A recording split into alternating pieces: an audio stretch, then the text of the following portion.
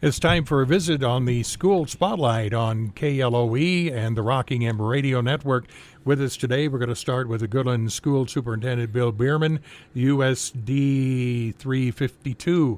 Nice to have you with us again. And what's going on in the pre-time or pre-weeks or the weeks ahead of school start? Well, needless to say, it's pretty busy right now as we get ready to fire up for school. Hard to believe. The summer has come and gone already, but school is fast approaching. So we've gone to a new kind of platform the last couple of years, online enrollment, where especially for returning students, all the information is already in our student management system, Power School. And so parents really just kind of can go on and acknowledge that, everything looks good and pay a couple of little fees and then their kids are in and they're enrolled. Versus that process of waiting in line and everything where everybody used to come. And so really we've gotten to that, and seems like the last couple of years, about 85% of our kids enroll that way, our families enroll that way. And so we designate a day. Today happens to be that day, Wednesday the 9th, where parents can come in if they have challenges with the online part or new students. And typically today's kind of more the new students to our district come in and enroll on today. So that's what's firing up right now. How about new instructors and changes in classes? Yeah, so whenever we have new teachers, we always have 2 additional in-service days, training days for them. Obviously, new to the district means new, even if you've taught somewhere else, oftentimes there's little changes from district to district. So and then obviously we have several rookies too. This is their first experience. So new teacher training going on Thursday and Friday, where we bring all of them in for that. And then all of our teachers, all of our staffs, everybody is back to work on Monday morning for our welcome back kind of breakfast and in-service training piece that we go over Monday morning. Teacher work day and open house and first day of fall sports all coming up in that first full week of, early activity. Yeah, so the Monday is a big day. I already said about the in-service with all of our staff, but it's a big day because all of our kids that are in fall activities. That's the first day of practice, and so that's always an exciting day because coaches and kids are getting back after it, from football to golf to volleyball, everything, cross country. So that there'll be a lot of kids. We have a lot of kids that participate in that, so that's one thing that gets fired up. And then Tuesday's kind of a work day for teachers in their classrooms, getting things done. There'll be a few meetings here and there throughout the day, but mainly getting ready for what's called open house, where at an elementary level, your kid comes in, meets their teacher, brings their school supplies with them, finds their cubby, that type of thing. At the junior, senior high school, open house is really just for our 7th grade students because they're new to the building. Their parents kind of get familiar with the building, walking around, having a schedule now, and new students. Actually, our 8th through 12th grade returning students, we don't even ask them to come on open house anymore. So, and then another in-service day on Wednesday, and then here we go on Thursday with school, the first day of school. Wow, such a time. How has your schedule been in the summer? Do you take actually a little time off for a real vacation for the Biermann family? It'd be nice. This summer that didn't necessarily happen. We made it to Colorado for a couple days on a brief one, Curtis. But other than that, it's a little slower pace. But we're busy. We have things to do, from budget to hirings to there's still a lot of things that I get to do. Our district office is open all summer long. It always seems like it goes by very fast, and I think that's because we're all working and doing things. It's a little different pace because we know we don't have kids in the buildings and some of the things that pop up with those things. But it allows me to kind of stay more focused too, because I'm not in and out or getting pulled here and there.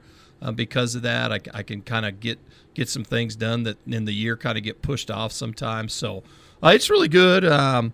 It's exciting, but I always enjoy having the kids back because that's what we're here for. The school the school team, the custodians are busy all summer long getting the school in good shape, painting and putting new lights in or working on the carpeting and all this. So they've got a busy time, and now it also gets busy.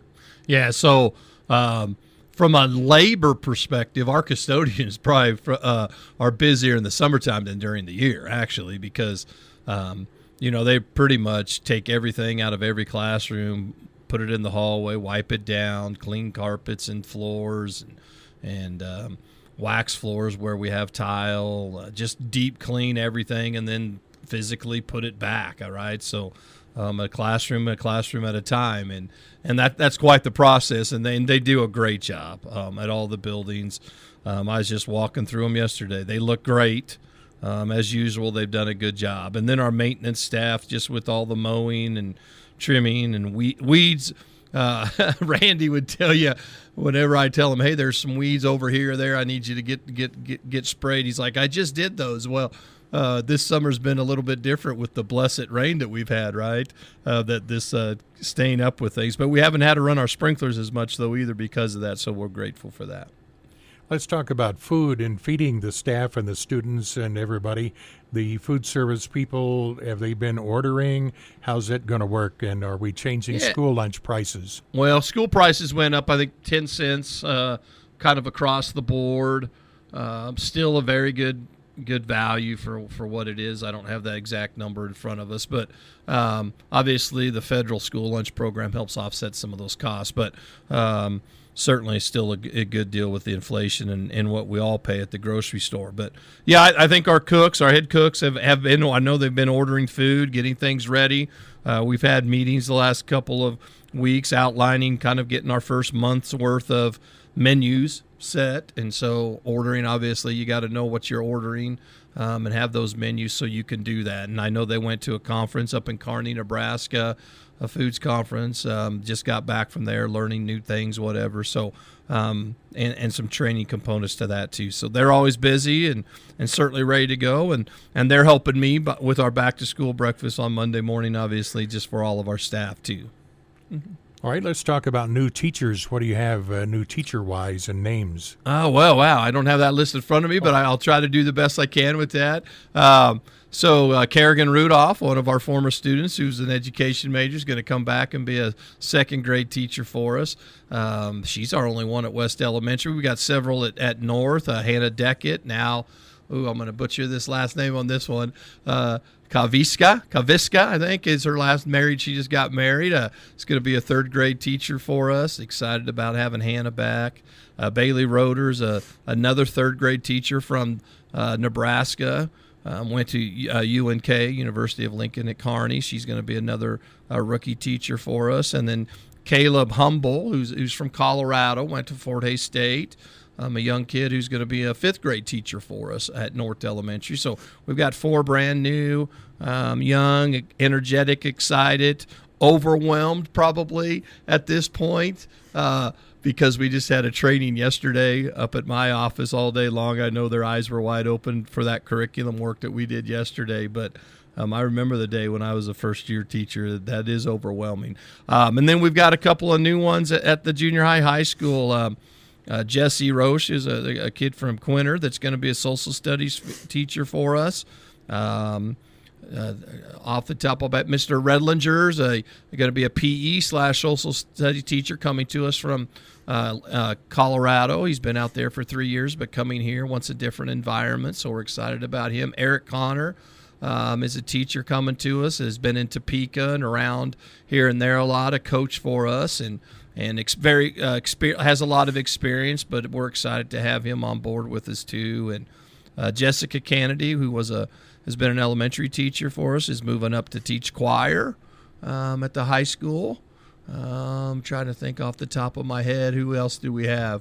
I think I got most of them, Curtis. I hope I didn't leave anybody out. So, good work. Good work. Yeah, takes a bit. Yep. Scheduling for the sports. So we have our first football game coming up on the 25th, it looks like, and we've got volleyball on the 18th. My goodness, things just go boom. Well, those things are a little bit different, too. Those are called jamborees, so officially they're not games. They don't go on a record. They're a glorified scrimmage. The state has actually, the football thing has happened. I think this is the 3rd year for football where you can meet at a site and 4 teams come together and you have certain plays. Like, so in the last couple of years, Well, I think we've had Norton and Ellis, and I'm going to say Colby and us have kind of met. And you have scripted plays, so you're just trying to get ready for the season. That's called a jamboree, where you go offense and defense for 20 plays each, etc. So there's really not a winner or loser, just coaches getting ready, trying to work on things. Now they've broadened that out to the other sports. So this is the first year for what's called a volleyball jamboree. So that actually happens at the end of the first week. We start practice on the 14th, and we have this jamboree at Norton on the 18th. So same type of platform. I think there's just a group of teams, Norton, obviously, us, and some others will get together at Norton and then have kind of an organized, scripted scrimmage to just kind of prepare and get ready for that first game. So that's what those jamborees are like. We'll have a basketball jamboree this year, I guess, too, is what we'll have, kind of preseason little scrimmage versus mini teams to kind of get ready. So Okay. but that's what really the biggest fire update is. The 29th is actually the first volleyball match going. Tennis already starts on the 22nd, a little bit with some things. We have the scrimmage on Wednesday, the 23rd, is when the public here in the community of Goodland could probably get out and see what our teams are looking like the most, because that's always junior high football, junior high volleyball, the varsity boys football team, and varsity volleyball as well, C-Team JV. There's a whole bunch going on that night, along with a black and gold booster club membership and hamburger fry. So On the 23rd, okay. 23rd, yeah. What's the place where people every day can check and get the most up-to-date calendar updates? Yeah, so that's always our website, www.usd352.org. Myself, all of our administrators have Twitter handles if people are Twitter users. We put a lot of information out on Twitter, Facebook. I know Shane, because he's younger than the rest of us, has Instagram, I think, for the most part, right? Social media platforms. So really kind of up-to-date things to follow us there always is a good place, too, if things change. So USD352.org. Yep. Get that in your favorites. That's the thing to be doing. What about the iPads, the school computers? Are we ready for updates this year, or is that next year? No, actually 2 years out, I think, still. I think last year was our first year kind of for this New Year cycle, so we usually go on 3. We've even talked maybe about doing 4 this next time around. So everything comes in, everything kind of gets gone through over the summer, and now I know Perry Baird, our IT guy, and his crew have been working on that. Those are all in the buildings now, ready for students to come utilize and have those tools at their discretion on those things. So we use those a lot for classroom things, and yet we still do a lot of the old-fashioned paper pencil. If you walk around our classrooms, you see us doing things. It's not like, I think sometimes people think we're always on the iPads, and that's not true. We utilize them to be a tool that can certainly help education in this day and age, and we kind of want to use it as a creativity type of thing. iMovies, do some different things to prepare kids for the world they go into. But we're good shape on technology. Buses, any new buses coming up? No, we have our fleet that we've had. Everything's been gone through. We have a new transportation director, Brett Jarman, took over here into July. So he's overwhelmed right now because of normally we would probably had started our bus inspections a little sooner, but we had that delay. So he's trying to get all those inspected, run through, make sure everything's good to go, tires, and make sure they're all ready to roll out. So, but as far as any new buses, our fleet's in pretty good shape right now. We've slowly over the last 10 years have been able to build that to probably be a better fleet for us. So, not that things don't happen certainly all the time, but our buses are in good shape, and I appreciate what Brett's done and what Justin did for us. So, well, and it'll be that time of year that the city, if they haven't been out already, will be repainting the school crosswalks and rearming the school crosswalk signs, the flashing signs. They will be out doing that, and yes. we all need to remember that, hey, we're going to have kids out, and when that school bus stops, you stop. Yep. Thank you for that message, because it's my. always... We always have a lot of foot traffic going on, and then the drop-off zones, I think, have gotten better. Our drop-off zones at West and North have slowly over time gotten better as well and are safer. we just need to make sure parents do their best to oblige by what we're asking them to do on that. So it's so fun to see the kids, and I think I was the same way. I was excited to go to school, and at the end of the day, I was excited to go home. yeah. So the kids don't always think about the safety. It's seeing my friends on the bus, or the other thing, well, I lived in town, so I could walk to school, but it was fun to go home with somebody at the end of the day. And, of course, you had permission to and ride the bus. Yeah. Oh, man, I'm riding the bus. Oh. Well, the thing with kids, like when the bell rings and school just dismissed, they're kids, and we just got to be aware when we're around schools that they'll dart across the street without thinking. So that we certainly try our best to make sure they don't, but kids can be kids. So we as adults always have to be on the lookout for them. Two things. You need actually three: bus drivers, substitute teachers, and referees and officials. I would say yes to all of those.